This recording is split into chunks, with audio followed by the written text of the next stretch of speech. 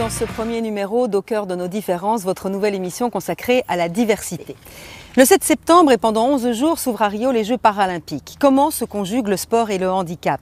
Ils sont malvoyants, malentendants, amputés, paraplégiques, mais ce n'est pas leur handicap qui les définit. Certains sont des amateurs et pratiquent leur sport par passion, mais aussi pour dépasser les clichés. D'autres sont des athlètes de haut niveau. Certains d'entre eux sont à Rio. Et même s'ils savent que le handisport n'a pas encore toute l'audience qu'il mérite, cela n'entame en rien leur détermination. Nous les avons rencontrés, ils nous ont parlé de leur quotidien, des obstacles qu'ils doivent franchir tous les jours, des difficultés qu'ils rencontrent, mais aussi de leur victoire sur eux-mêmes, sur leur handicap et sur le regard des autres. Tout de suite, le sommaire.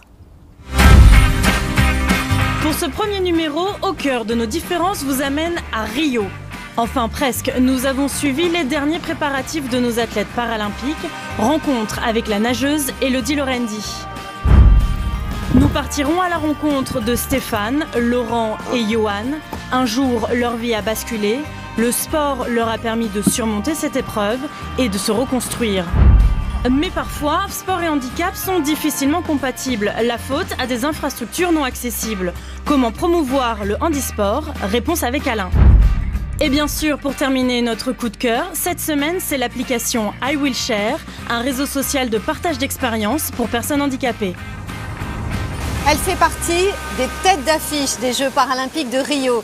Elodie Lorendi est l'une des meilleures nageuses handisport. Elle compte d'ailleurs déjà de multiples médailles sur 50, 100 et 400 mètres nage libre.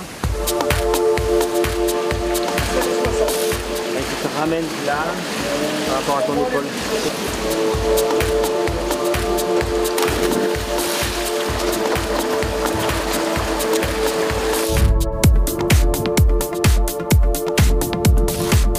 Bonjour Elodie, vous avez connu l'or et l'argent à Londres et Pékin. Rio, c'est votre troisième participation déjà aux Jeux paralympiques. C'est ma troisième participation aux Jeux paralympiques, donc voilà, à Pékin, 19 ans, toute jeune arrivée, une médaille d'argent sur le 200 mètres 4 nages. Voilà maintenant Londres qui est arrivé derrière avec des très belles médailles, donc or sur le 400 mètres nage libre, ce que je voulais depuis puisque c'est quand même ma nage favorite. Donc voilà, maintenant Rio. Ouais, je fais 3 km 5, 4000, ça dépend. Mais ça varie. Ça peut monter très haut. C'est Régis qui a dit ça? Non, 80 fois 50, ça fait 4000. Vous êtes paralysé de la jambe gauche, du genou au pied depuis la naissance. Qu'est-ce qui vous est arrivé? C'est une maladie? En fait, c'est une dite maladie orpheline. Donc voilà, donc à la naissance, petit problème sur la jambe gauche. Donc ce qui m'empêche en fait d'avoir un mouvement normal du pied et de dérouler correctement la jambe. Donc voilà, c'est une paralysie complète de la jambe gauche et j'ai si vous voulez, le muscle qui ne fonctionne pas. J'ai eu 26 opérations pour dire le chiffre exact puisque je le connais malheureusement. Mais voilà, c'est toute mon enfance et je suis restée jusqu'à l'âge de 10 ans en tout cas bien ancrée dans les hôpitaux. C'est comme ça que vous avez choisi la natation. C'est la rééducation qui vous a amené à la compétition, Elodie? Oui, en fait, quand j'étais petite, en fait, pour la rééducation, on m'a jetée dans le bain, en fait, vraiment pour que je sente cette force de mon pied et que j'oublie pas que ma jambe est encore là. Donc, en fait, on m'a jetée, on m'a dit voilà, maintenant tu fais de la rééducation. Et en fait, je m'y suis plu tout de suite.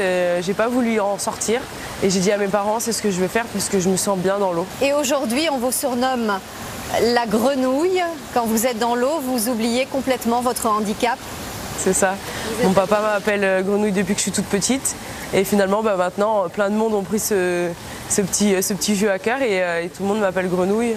J'ai d'ailleurs une grenouille tatouée dans le dos avec une raie mentale. C'est-à-dire que dans l'eau, on retrouve plus cette différence qu'on a à l'extérieur. Moi, pour ma part, pour une jeune fille, une jeune femme de mon âge, j'aimerais tellement porter des talons de 20 cm et de pouvoir me balader voilà, dans la rue, marcher comme une princesse avec ces talons, chose que je ne peux pas faire puisque mon pied ne le permet pas. J'essaye des fois de porter des tout petits talons, mais c'est tout rikiki par rapport à ce que j'aimerais. Donc c'est vrai que dans l'eau, cette différence, elle est vite effacée. Et c'est ça qui est bien, c'est que tout le monde se retrouve, voilà, on est tous égaux dans l'eau. On est tous égaux. Et vous vous entraînez d'ailleurs aujourd'hui au quotidien avec des valides dans votre club d'Antibes? Au cercle des nageurs d'Antibes, dans le pôle France où je suis. c'est que des valides. Donc au quotidien, mon entraîneur il ne fait pas cette différence. Et bon, des fois c'est un peu difficile puisque quand on fait des jambes, il faut que je sois au même niveau qu'eux. Donc c'est vrai que voilà, là vraiment il n'y a plus de différence du tout et je m'entraîne tout le temps avec eux. Vous avez la chance de consacrer 100% de votre temps au sport. Oui, grâce au ministère de la Défense donc, qui nous a fait un contrat pour qu'on puisse s'entraîner à 100%. Donc voilà, je suis rattachée avec eux et en tout cas je suis professionnelle puisque mon temps je le passe dans l'eau et je ne le passe pas à l'extérieur. Donc c'est très très bien et voilà, ça nous permet vraiment d'être à 100% dans notre sport.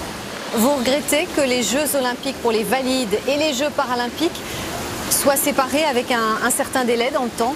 Bien sûr que ça nous fait drôle parce qu'on aimerait être en même temps qu'eux, etc. Mais si on y réfléchit bien, en fait, on peut pas se permettre de le faire puisque les Jeux Paralympiques, c'est quand même du travail. Il y a l'accessibilité qui n'est pas mise en œuvre sur les Jeux Olympiques. Donc c'est vrai qu'il leur faut vraiment une marge assez importante pour pouvoir reconstruire certaines choses.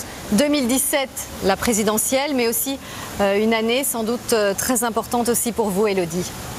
Moi, ma carrière, je vois les championnats du monde avec un peu moins de pression puisqu'il y a les championnats du monde normalement qui se dérouleront à Mexico. J'aimerais bien terminer sur cette note puisque j'ai commencé en 2006 au championnat du monde. Donc j'aimerais bien boucler la boucle. C'est vrai que c'est assez difficile d'en parler puisque c'est quand même une carrière après qui va s'arrêter. Mais je pense que mon corps aussi en a besoin. J'aimerais bien rester au ministère de la Défense puisque c'est quand même une entreprise pas une entreprise, mais c'est quand même l'armée. Voilà, ça fait partie de l'État. Et on se sent tellement français et tellement bien quand on fait notre sport déjà. On le montre au quotidien, on va défendre les couleurs de la France. Donc c'est vrai que quand on est au ministère de la Défense, en tout cas pour moi, c'est quelque chose d'extraordinaire puisque mes grands-parents ont fait la guerre, mon frère est dans l'armée. Moi j'ai toujours voulu y être, donc j'aimerais bien y rester. Merci. Merci.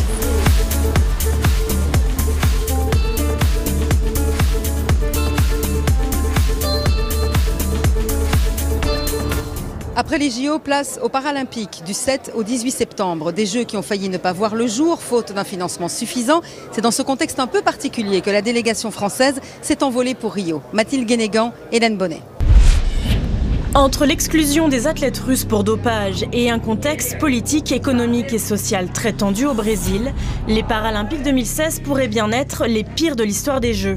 Jamais auparavant, au cours des 56 années d'histoire des Jeux Paralympiques, nous n'avons été confrontés à de pareilles circonstances. La faible vente des billets et le manque de sponsors nuisent à l'équilibre financier. Rien à voir avec les Jeux de Londres. En 2012, les Paralympiques s'étaient joués à guichet fermé. À Rio, seulement 20% des places ont été vendues. Des économies doivent être réalisées pour accueillir les 4350 athlètes, dont nos 126 Français. Mais la délégation tricolore ne se laisse pas miner par la situation et reste déterminée à conquérir Rio. Moi, je fais du sport pour montrer que je suis vivant et que je suis encore capable de faire des choses. Faire ces jeux, ça va me mettre la gouache, ça va me mettre les frissons. Les athlètes peuvent compter sur leur porte-drapeau, Michael Jérémias, quadruple médaillé de tennis fauteuil. Pendant 15 jours, le monde regarde dans la même direction pour voir ce dont on est capable de faire et pas ce dont on est incapable de faire. Il s'est préparé dans les moindres détails grâce au conseil de Teddy Riner. Et en fait, pas trop de manches courtes. Prends des pulls, prends des kawés. Ah oui, et c'est pas le climat parisien. Il flotte. Et il fait froid parfois. Donc moi j'avais pris que des shorts et des manches courtes. J'étais comme un idiot là-bas.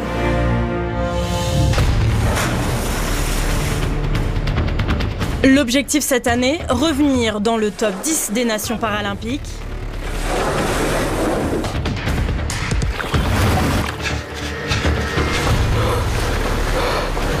À l'image du clip officiel, nos athlètes vont se déchaîner pour nous ramener au moins 10 médailles d'or. Début des hostilités, le 7 septembre.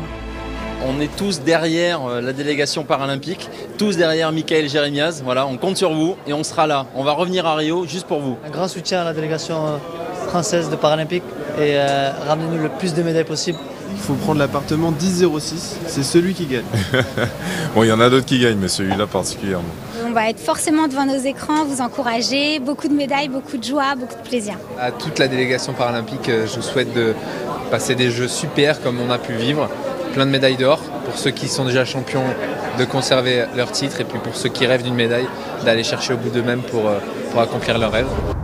Oui, les Jeux continuent. Lui n'est pas à Rio, mais il entraîne au quotidien des handicapés comme des valides. Jean-Luc Keila est coach et il s'adapte aux sportifs.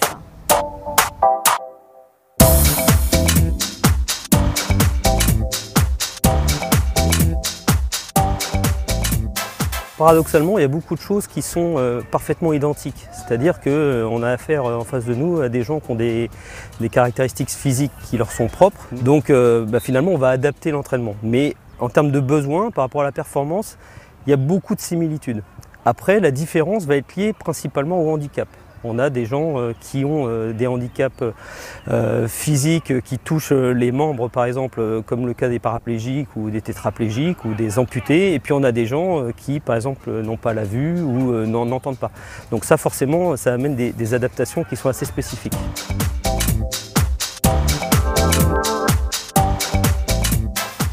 Par rapport à l'entraînement, les critères sont les mêmes, les objectifs sont les mêmes. Donc après, c'est les exercices qui changent. Moi, j'ai toujours considéré les personnes handicapées de la même manière que je peux considérer un valide qui s'est tordu la cheville. Et le jour où il s'est tordu la cheville et qu'il vient me voir à l'entraînement et qu'on avait prévu des exercices sur les jambes, on trouve des alternatives pour qu'il puisse quand même travailler malgré sa blessure. On s'adapte aux sportifs et en réalité, tout le jeu va être justement de trouver des alternatives par rapport à ce que le sportif ne peut pas faire.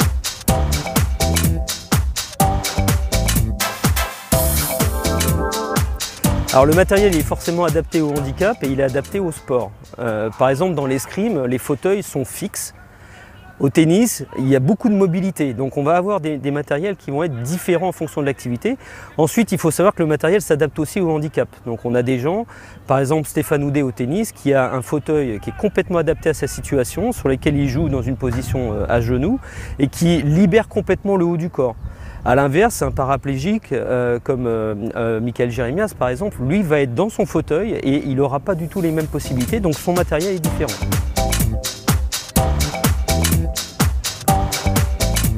Alors c'est très variable mais c'est toujours très cher.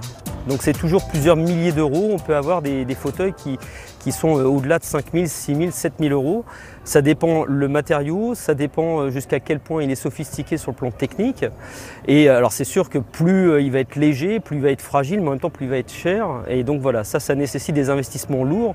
Et c'est pour ça que très souvent, les gens qui débutent en fauteuil leur sport, souvent ils prennent des anciens matériels pour pouvoir, avant de prendre quelque chose qui leur est vraiment très adapté.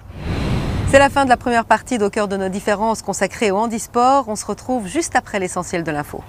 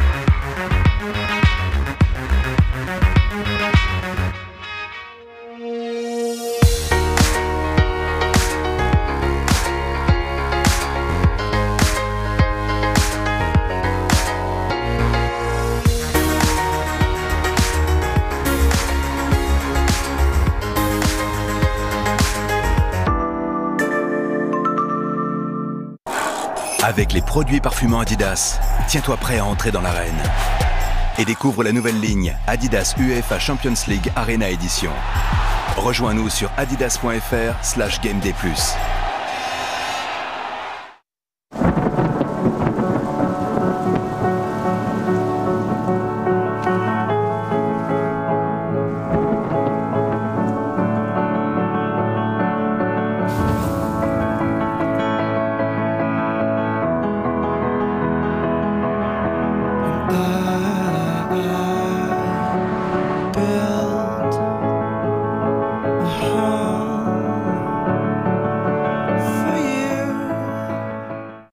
Soch présente. Alors, t'es pas chez Soch? Tu sais, Soch, c'est pas serre. Et puis c'est sur le premier réseau mobile de France. Sauf qu'on dit Soch. Soch? Soch. Soch. Soch. Soch. Soch. Et vous, quand est-ce que vous pâchez ces choses? Soch. Des forfaits mobiles à partir de 4,99 € par mois. Imaginez. Les 14 plus belles courses de France. Enfin réunies tout au long de l'année. Ça vous tente?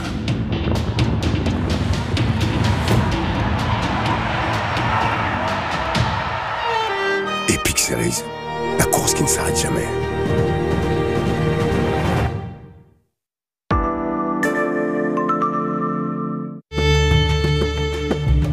LCI, partenaire de l'exposition Jardin d'Orient de l'Alhambra au Taj Mahal à l'Institut du monde arabe. Culture, histoire, botanique, environnement, l'art des jardins est traité sous tous ses aspects à travers 300 œuvres, maquettes, photographies et peintures. L'exposition se poursuit sur le parvis de l'Institut, dans un jardin magique de 2000 m², invitant à flâner entre orangers, palmiers, rosiers et jasmins. Jardin d'Orient de l'Alhambra au Taj Mahal, c'est jusqu'au 25 septembre et c'est avec LCI.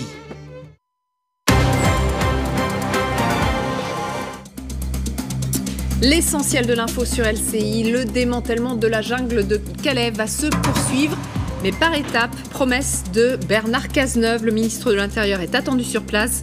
Il veut davantage de places d'hébergement en France pour désengorger la ville, dit-il. Baisse d'impôts pour les ménages en 2017, le montant sera annoncé la semaine prochaine après le G20, annonce Christian Eckert. Et des impôts qui pourraient être directement prélevés à la source en 2018. Le projet de loi est arrivé à la Commission des finances. Situation toujours très instable au Gabon. 2 civils ont été tués par balle à Libreville et près de 30 membres de l'opposition restent retenus dans le QG de Jamping, QG pris d'assaut par la gendarmerie après le début des émeutes. Les autorités en Floride maintiennent l'alerte. L'ouragan Hermine s'est affaibli. Il ne s'agit plus que d'une tempête tropicale, mais les inondations sont potentiellement meurtrières. Le géant de la téléphonie Samsung contraint de suspendre les ventes de son dernier smartphone Galaxy Note 7 en raison de problèmes de batterie.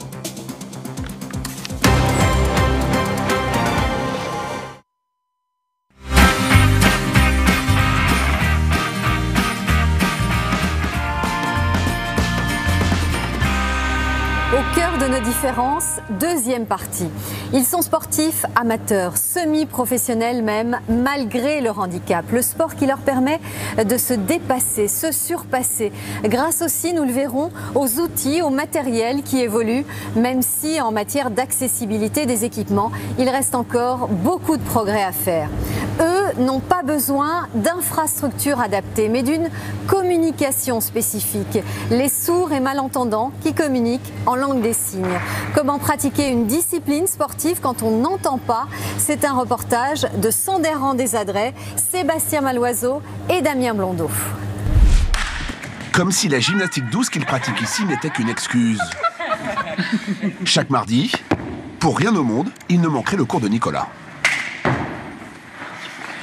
Ouais, il y a plein de choses. On vient tous les mardis, on retrouve des amis, des copains, des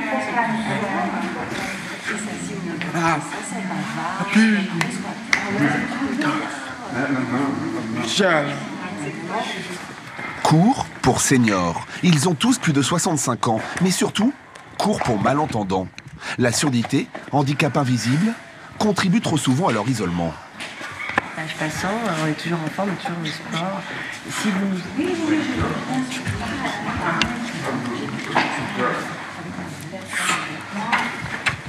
L'intérêt d'un tel cours réside aussi dans le contenu des exercices. La surdité accroît les troubles de l'équilibre. Voilà pourquoi Nicolas insiste sur ce point.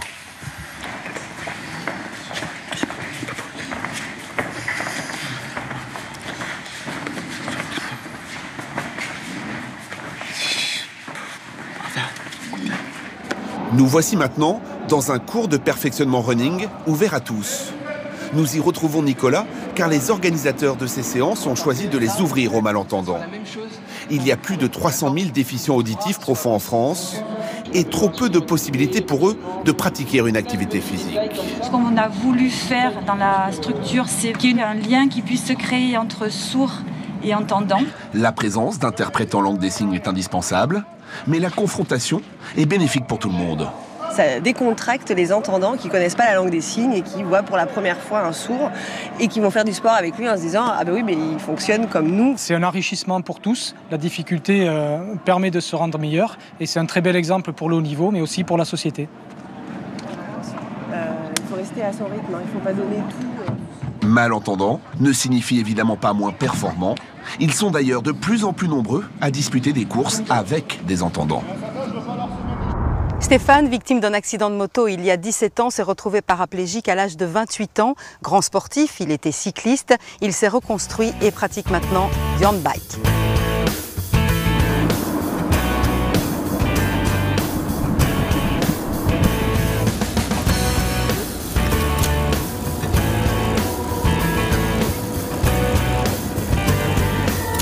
Stéphane, avant votre accident, vous pratiquiez beaucoup de sport, du sport de haut niveau. Ça vous a aidé à surmonter cette épreuve? Forcément, enfin, les difficultés et les efforts qu'il faut faire dans le cadre du sport, bien évidemment, on va chercher des ressources dans la vie de tous les jours, dans ses souvenirs, dans les difficultés qu'on a pu surmonter, et forcément, et ça aide nécessairement. Je pense que le fait aussi d'avoir choisi précédemment le cyclisme, qui est quand même un sport relativement dur. On sait que pour gagner, lever les bras, ça peut se jouer à rien. Et donc ça, des fois, on se dit j'étais le plus fort. On se le dit, on sait qu'on était le plus fort. Pourtant, on n'a pas gagné. Donc il faut essayer d'analyser pourquoi. Parce qu'il y a eu un problème mécanique, parce qu'il y a un problème d'entente dans une échappée, ça peut arriver. Et des fois, le fait de ne pas réussir, oui, ça m'a aidé. Parce que je me suis dit, on continue, voilà, puis ça va marcher. Donc le fait, effectivement, d'avoir eu l'accident, c'est une étape. Certes, j'ai basculé, j'ai changé de vie. La vie n'est pas du tout la même. Vous avez suivi une longue rééducation à Garges. Est-ce que tout de suite, vous saviez que vous alliez refaire du sport? Non, pas tout de suite, parce qu'en fait, j'ai eu une période de réadaptation un peu longue. Et à l'époque, je me projetais pas. En fait, je pense que toute personne qui subit ce genre de désagrément, on va dire, passe par un moment où il faut se reconstruire avant de se projeter. Et une fois que c'est fait, c'est venu assez naturellement. En fait, c'était des engins là, qui venaient de sortir à l'époque où j'ai eu l'accident. Il y en avait très peu, et puis je me suis rapidement intéressé à ça. Et c'est vrai que dès que j'ai essayé, les plaisirs sont revenus. Voilà, la vitesse, le fait d'être au ras du sol, ça procure quand même des plaisirs qui sont sensationnels. Quand on vous dit que vous allez passer tout le reste de votre vie dans un fauteuil et qu'on a été sportif de haut niveau, comment on réagit? On réagit, je pense que tout un chacun réagit un peu de manière personnelle. En ce qui me concerne, moi, j'ai essayé de passer le cap assez vite en me disant, voilà, t'as 28 ans, a priori, il te reste quand même quelques années à vivre, autant en profiter. Donc voilà, profiter, c'est quoi? Les plaisirs restent les mêmes, hein. Voilà, c'est bien manger, bien boire, faire du sport, rencontrer les copains. Voilà. Pour vous, c'était une évidence, votre handicap ne devait pas être une limite? La limite, elle est inhérente au niveau de handicap qu'on peut avoir. Moi, je suis touché assez haut, donc j'ai pas du tout les abdos. Voilà, il faut faire avec. Moi, la chance que j'ai, c'est de ne pas être tétraplégique. Enfin, en ce qui me concerne, moi, je vois ça comme une chance. Ça m'a permis de continuer à vivre de manière autonome, de m'occuper de mes enfants qui étaient en bas âge, de leur donner le bain, d'aller faire mes courses, de les reconduire, d'avoir une vie normale, on va dire, malgré le fauteuil. Enfin, le fauteuil, ça n'est qu'un aspect malheureux, on va dire, du handicap, mais il faut faire avec. Voilà. Si on ne s'adapte pas, je pense qu'on va à l'encontre de pas mal de problèmes. Moi, j'ai décidé de tout changer pour que la vie soit plus facile, justement. Et adaptée à mon handicap. Donc, il a fallu déménager, trouver un rez-de-chaussée.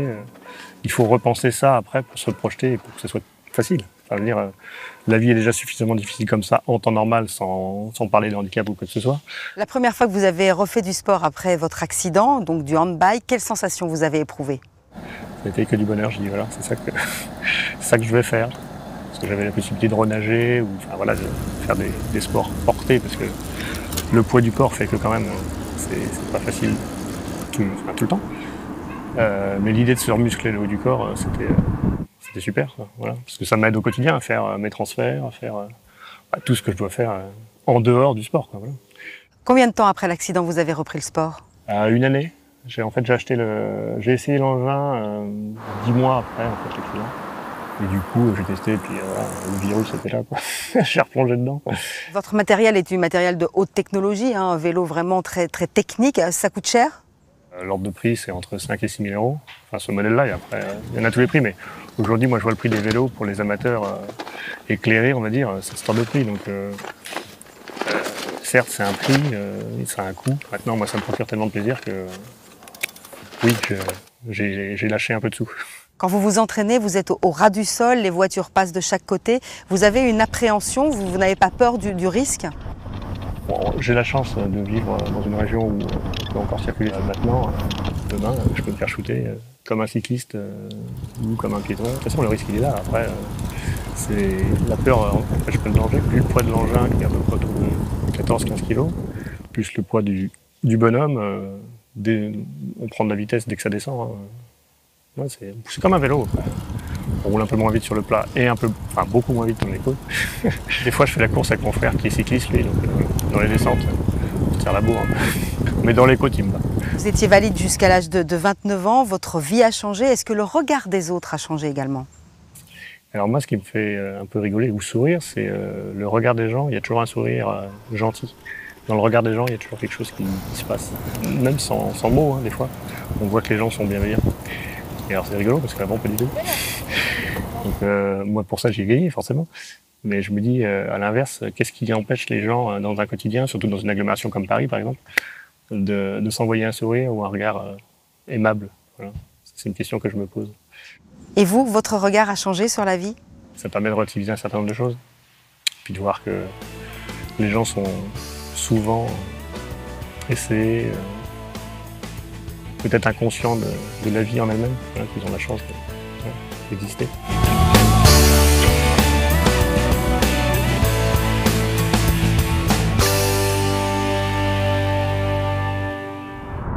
Pour des personnes en situation de handicap, pratiquer un sport ou même assister à un match est encore très compliqué. Moins de 1% des installations sportives en France, stades, gymnases ou salles de sport, leur sont accessibles. État des lieux avec Mathilde Guénégan et Hélène Bonnet. Salle de sport, stade, terrain de tennis ou encore piscine, la France est l'un des plus mauvais élèves européens en matière d'accessibilité pour tous. Loin derrière la Suède, le Royaume-Uni, l'Allemagne ou encore l'Espagne. Ceci malgré de nombreuses dispositions légales, dernière en date la loi de 2005. 11 ans après, les résultats restent très insuffisants. Certains délais de mise aux normes ont été repoussés. Les associations dénoncent un manque de volonté politique. Pratiquer un sport ou intégrer un club reste très compliqué.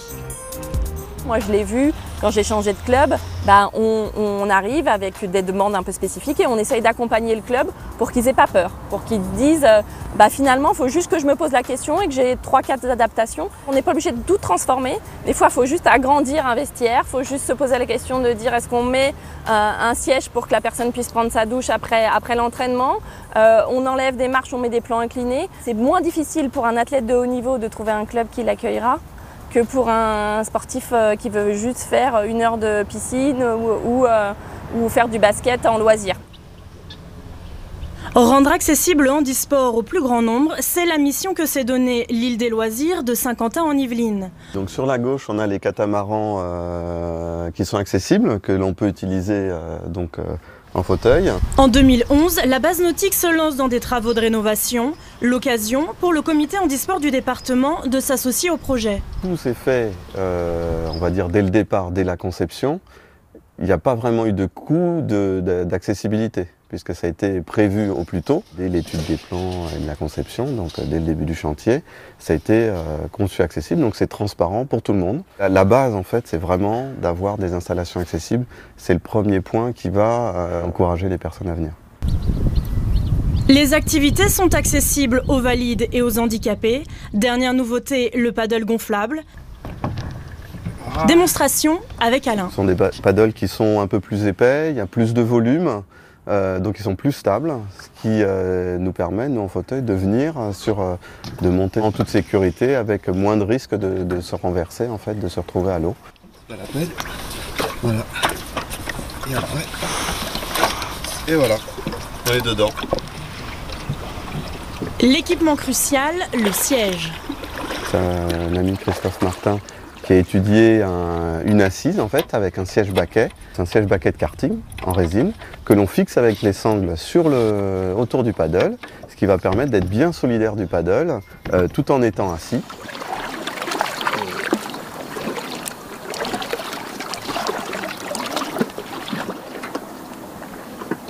Dans les faits, plus de la moitié des personnes en situation de handicap estiment avoir été limitées dans la pratique sportive en raison de leur situation. Certains ont même été obligés d'arrêter. Ce sont les fédérations, les clubs et surtout les athlètes passionnés comme Alain qui se battent au quotidien pour que les infrastructures sportives soient accessibles à tous et pour donner au handisport la place qu'il mérite. C'est la maladie qui les a fait passer un jour de valide à handicapé. Laurent, grand sportif amateur, s'est retrouvé privé de ses 2 jambes et ses 2 mains suite à un double choc septique à 35 ans. Johan Kiliou, lui, a été amputé d'une jambe après un cancer et aujourd'hui, il fait partie de l'équipe de France de tennis fauteuil.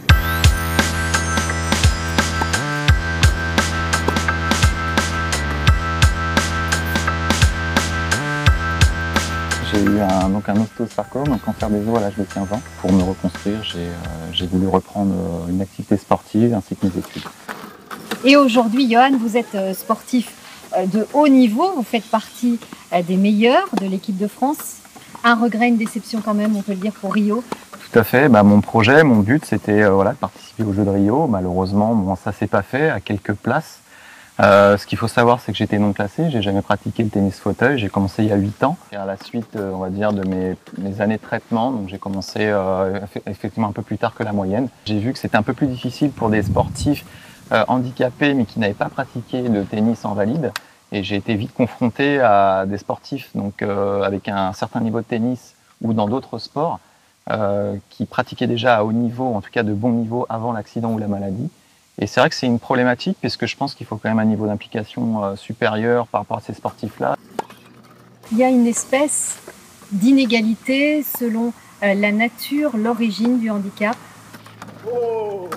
Ouais, je dirais une sorte d'inégalité, ou en tout cas il y a des différences plutôt. Et effectivement, il y a des handicaps qui sont liés à des maladies, des handicaps qui sont liés à des accidents, des handicaps qui sont liés à des maladies congénitales de naissance. Et derrière, souvent, ce qui fait la réussite ou ce qui fait vraiment l'intégration d'une personne avec un handicap dans la société, ça va peut-être aussi un entourage de la famille, des soutiens financiers qu'on a par exemple après un accident et qu'on n'a pas après une maladie. Donc tout ça, il y a des facteurs qui sont vraiment différents pour chacun. Et donc il faut s'adapter à ce qu'on a, quoi. Et vous avez un fauteuil adapté? Oui, j'ai un fauteuil adapté, donc celui-ci, donc qui est un fauteuil spécifique pour le tennis fauteuil, pour la pratique de mon sport. Je suis amputé fémoral, donc je marche aussi un petit peu avec une prothèse.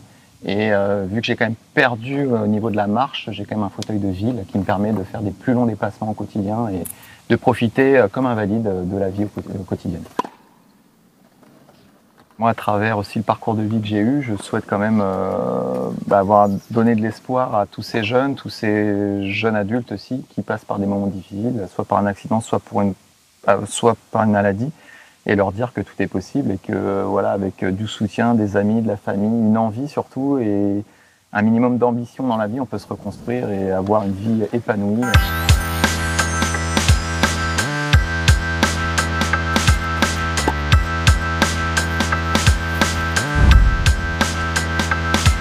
Bien parti. Laurent, les médecins vous avaient en quelque sorte condamné. Ils pensaient que vous ne pourriez plus marcher à nouveau. Oui, effectivement, suite aux 2 chocs, ils pensaient qu'effectivement je n'étais pas appareillable et que je finirais sur un fauteuil roulant, enfin que je devrais utiliser toute ma vie un fauteuil roulant. Donc grâce à un orthoprothésiste à Montpellier qui s'est dévoué pendant plusieurs années à m'appareiller, j'ai pu effectivement remarcher. Vous étiez un grand sportif avant, sportif amateur, mais vous faisiez énormément de sport. Oui, journellement, tous les jours, je pratiquais 1 à 2 heures de sport. Que ce soit de la natation, un peu de boxe, un peu de vélo, enfin. Et aujourd'hui, vous continuez à pratiquer du sport de manière importante encore.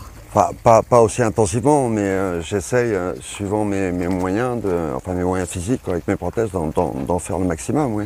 Vous faites quoi comme sport aujourd'hui? J'essaye de faire un peu de vélo et puis surtout de la natation. Parce que la natation, évidemment, dans l'eau, on est beaucoup moins embêté parce qu'on n'a plus besoin des prothèses.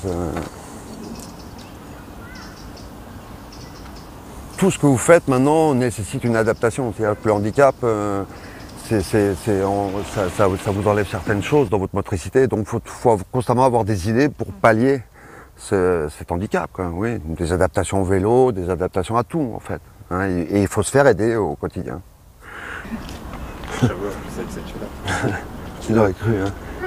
Perdre 4 membres pour passer à la télé. C'est cher. C'est cher payé. Merci. Et là, tu me dis le salon. Vas-y. Voilà. Vos prothèses, Ouais. elles ne se voient pas si on ne le sait pas. Laurent, elles se sont améliorées depuis que vous en portez des prothèses. Ah oui, il y a un déclenchement qui s'est fait là il y a quelques années. Je crois que c'est dû à M. Chirac, l'ancien président, qui a permis que les prothèses soient remboursées, d'où une évolution technique. Et maintenant, on a des prothèses carbone et qui sont très adaptées à... Encore faut-il quelqu'un qui vous appareille. Moi, j'ai la chance d'avoir M. Ducrot à Montpellier. D'ailleurs, vous avez un objectif, Laurent. Pour Oui, les c'est prothèses. comment dirais-je, de me faire une ostéo-intégration. C'est-à-dire que c'est des prothèses qu'on visse dans l'os. Mais bon, il y a beaucoup de paramètres médicaux qui ne sont pas encore résolus. Et ça coûte 50 000 €, donc c'est un budget faramineux. Mais bon. Vous étiez valide jusqu'à l'âge de 35 ans, Laurent. Ouais. Ça a changé ensuite. Est-ce que le regard des autres, de votre entourage, de vos proches, a changé? C'est surtout le regard de la société. Je pense qu'il a évolué parce que le handicap est rentré dans la société, dans les mœurs. Maintenant, les gens vous acceptent beaucoup plus, quoi. C'est vrai que ça, c'est une chose très positive. Le sport comme thérapie, ce sont des anciens militaires blessés de guerre ou en opération. Ils se reconstruisent grâce au sport. L'armée propose en effet à ses soldats des programmes adaptés. Certains deviennent des athlètes handisport de haut niveau, allant même jusqu'à participer à des Jeux paralympiques. Pierre-Emmanuel Chinardet, Pascal Marcelin et Frédéric Joffre les ont rencontrés à Fontainebleau. Ces sportifs de haut niveau sont tous des militaires. J'ai pris une balle dans le bras, une balle juste en dessous le genou. Blessés dans leur corps, une carrière brisée. Au départ, c'est vrai, quand on se demande, on se dit, mais qu'est-ce qu'on va devenir? Tous ont entamé une longue et difficile reconstruction. Sans le sport, tous, je sais pas comment ça se passerait. Depuis, leur résilience s'est accélérée. C'est de la soupape, quoi. Ça évite de péter un plomb. C'est aussi pour prendre une revanche sur ce qui nous est arrivé. Le sport est devenu leur thérapie. Ils sont gendarmes ou militaires. Tous ont été blessés dans le cadre de leur fonction sur les terrains d'opération. J'ai marché sur une mine antipersonnelle en Afghanistan en avril 2011. Après la convalescence, un programme de reconstruction par le sport est proposé aux blessés de la défense. Thomas a choisi le lancer du poids. Pousse avec ta jambe droite, feignant. Chaque performance suscite une émotion. Il y a la petite larme qui coule, forcément, parce que c'est important de voir que malgré une jambe amputée au tibia, j'arrive à faire pratiquement les mêmes choses que je faisais avant, quoi, mais différemment. Mais pour certains, comme Alain, difficile d'accepter son handicap. Moi, j'ai beaucoup souffert en fait du regard des autres. L'athlétisme en fait m'a obligé à exposer cet handicap devant tout le monde, à l'accepter et faire avec. Donc comment dire, c'est vraiment un moyen de s'accepter soi-même et de se prouver qu'on est capable de toujours faire quelque chose de bien, quoi. Pablo pensait que sa blessure l'empêcherait définitivement de refaire du sport. Il a découvert le tir à l'arc il y a quelques mois à peine. Depuis, il a retrouvé le sourire. C'était quelque chose que j'ai pratiqué au niveau de l'armée en ayant été tireur de précision. Et là, je retombe un peu dans ce que je connaissais, donc les mêmes sensations, le même esprit de concentration et tout ça. Donc voilà, ça me plaît, quoi.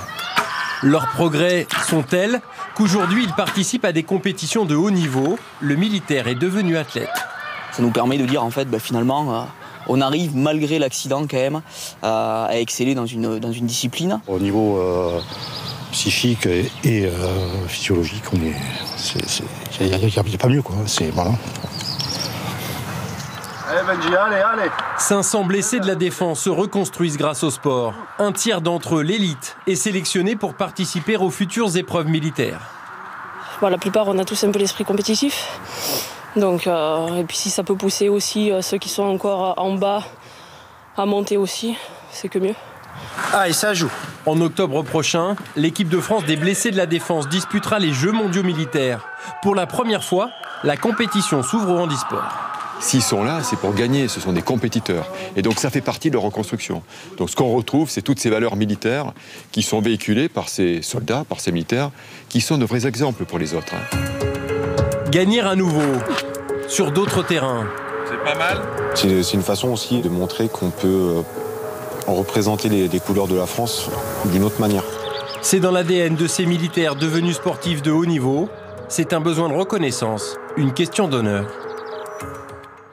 Notre coup de cœur cette semaine pour l'application I Will Share, un véritable réseau social, une plateforme de partage d'expériences géolocalisées pour personnes en situation de handicap, en fauteuil, malentendante ou malvoyante.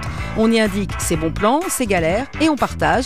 Bien utile pour mentionner les endroits accessibles. Et quand ce n'est pas le cas, la communauté I Will Share propose d'organiser un Carotte Mob, un événement pour créer un maximum d'affluence. L'objectif, financer grâce à la recette une rampe d'accès, un menu en braille ou une formation en langue des signes. I Will Share se télécharge via l'Apple Store et Play Store. Vous pouvez retrouver l'émission en replay, toutes les infos, les adresses, les sites sur lci.fr, mais aussi nous contacter, réagir, apporter vos témoignages. Au cœur de nos différences, c'est toute notre richesse. À la semaine prochaine.